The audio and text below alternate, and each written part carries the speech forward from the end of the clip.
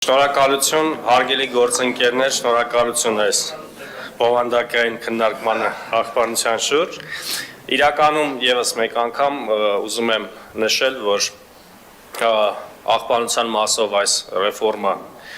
նախ եւ առաջ բերում է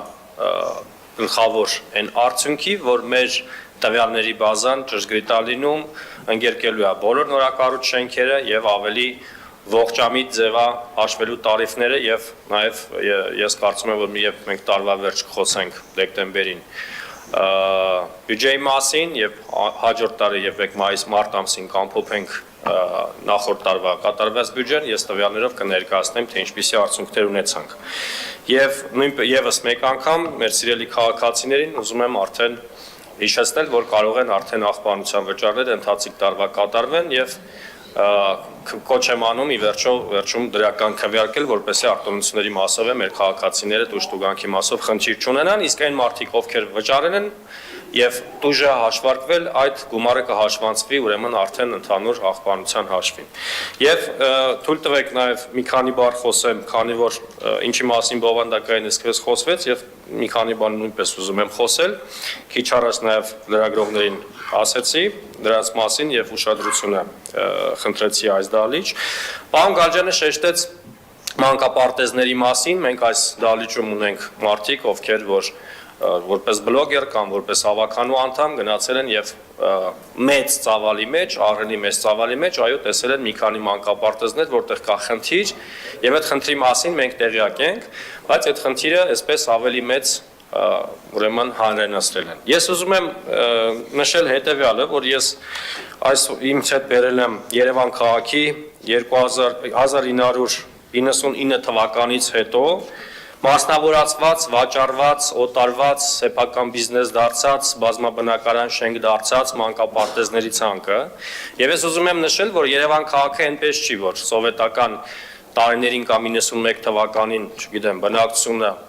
3 միլիոն էր եւ դրանից հետո դարձել է 1 միլիոն, որ այս մանկապարտեզները ինչը վերացրել ենք, ծախել ենք, սրանց կարիքը չենք ունեցել։ Ես մի քանիսը ընթերցեմ եւ ես կոչ եմ անում մեր գործընկերներին, կարծում եմ սա էլ է հանրությանը հետաքրքիր, օրինակ Պետրո Զարոկյանին ում նշեցի ֆինանսավարկային նիստի ժամանակ, մի հատ էլ էսպես նշեմ, ես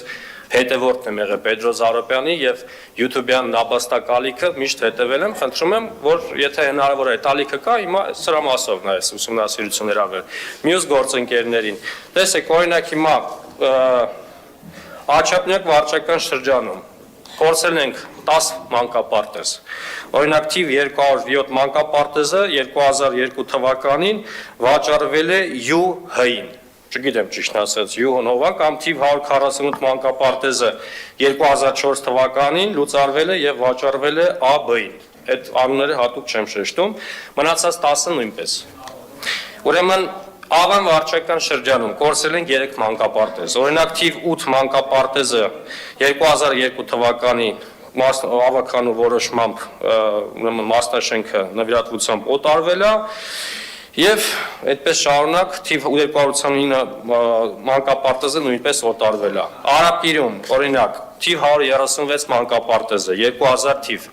Գլխավոր ինչ-որ բժիշկ տալիս է, չգիտեմ այն ժամանակ ոնց է եղել, ինչ-որ սանիտարական բժիշկի եսինվոր թվի որոշումով բարձվել է, որ մանկապարտեզը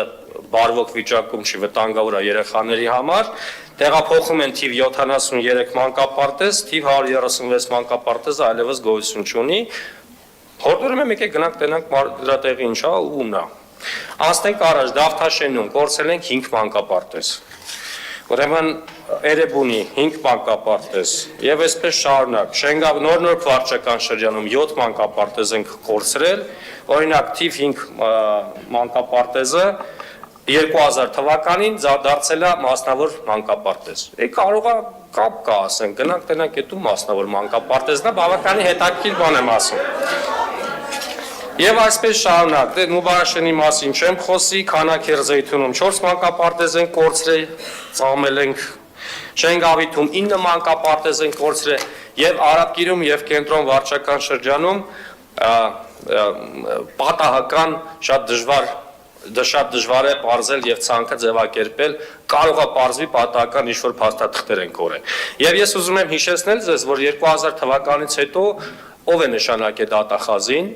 2000 թվականից հետո որ կուսակցությունն է իշխել եւ 2000 թվականից հետո ով եղել քաղաքապետ։ Եվ եկեք հասկանանք, այս հարցերով զբաղվել են, թե չէ։ Կան ձերբակալվածներ, կան բաներ։ Կամ ասենք առաջ, ներողություն մի վարքյան, խոսվում է կոռուպցիայի մասին։ Քիչ առաջ լրագրողները հարցեցին այսօր Երևանի քաղաքապետարանում երկրորդ մասնաշենքում ասում են ձերբակալություններ, ասում եմ այո։ Ասում եմ, բա տեսնում եք, որ